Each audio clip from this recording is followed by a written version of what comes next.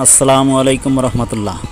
বন্ধুরা, আপনাদের সামনে অনেক দিন পরে মেহগনি কাঠের তৈরি 3 সিটের সোফা সেট নিয়ে আসলাম। সম্পূর্ণ হাতে কাটা ডিজাইনের সোফা সেট। এতে যে নকশা দেখানো হচ্ছে আপনাদেরকে, এই নকশাগুলো সম্পূর্ণ হাতে কাটা হয়েছে। বক্স সোফা, এটা 3 সিটের বক্স সোফা।